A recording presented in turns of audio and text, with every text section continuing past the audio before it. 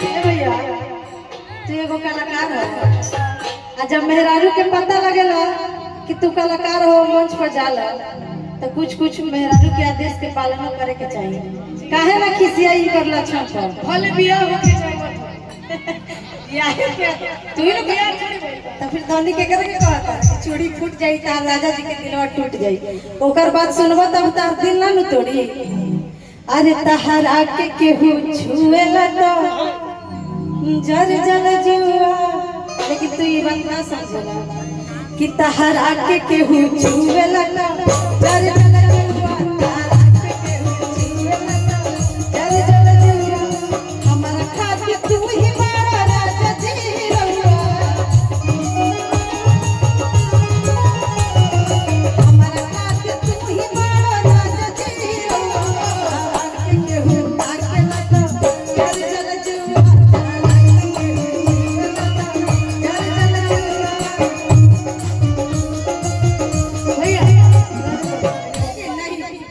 अरे तुम तो धोखेबाज हो, वादा करके भूल जाते भैया। यहाँ के हमेशा कहिला धीरे धीरे चल चल कि हम मंच पर जाए तो निमन से रह अजय भैया रहो समझाई ललू कि मंच पर जाके निमन से रह केहू के समझाई ललू, लेकिन आदमी सुधरेला ना। काहे कि तुम तो धोखेबाज हो, वादा करके भूल जाते, धोखेबाज हो, वादा करके भूल जाते, रोज रोज तुम सनम ऐसे करोगे, अच्छा रोज रोज तुम सनम ऐसे करोगे, करोगे जाके चलोगे, आहा तुम भी बड़ी चालाक हो, मुस्कुरा के दिल जलाती हो, तुम भी बड़ी चालाक हो, मुस्कुरा के दिल जलाती हो, तहरा के केहू छुए लगा, जर जल जुआ, तहरा के केहू छुए लगा। अरे तहरा को केहू ताकेता, अरे तहरा को केहू ताकेता तकलीफ होखेला, तहरा को केहू ताकेता तकलीफ होखेला,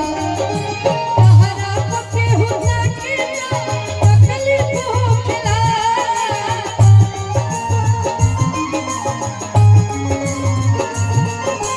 तहरा को केहू ताकेता तकलीफ होखेला। अरे छड़को से केहू, अरे छड़को से केहू छड़केता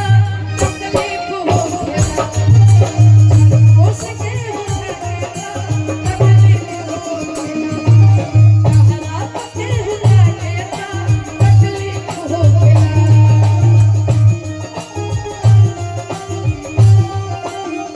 देखिए तहरा को क्यों ताके तो तकलीफ होखेला, लड़कियों तहरा के बच्चा है तहरा लगल जिए दुनिया के मेला में, तहरा लगल जिए दुनिया के मेला में, तहरा लगल जिए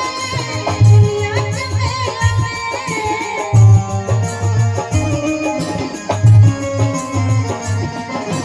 तहरा लगल जिए दुनिया के मेला में, कितना मरेला दिलवा से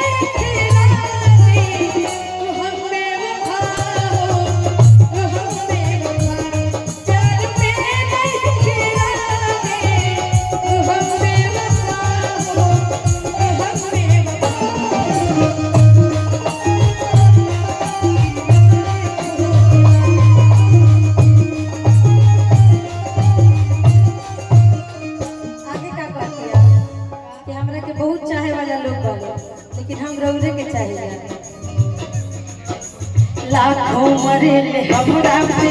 तोहमे मरेले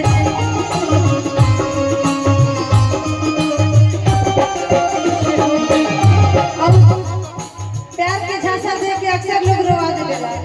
हंसी के वादा दे के अक्सर लोग आंख में आंसू दे देला, खुशी के झांसा दे के देता न दे बगम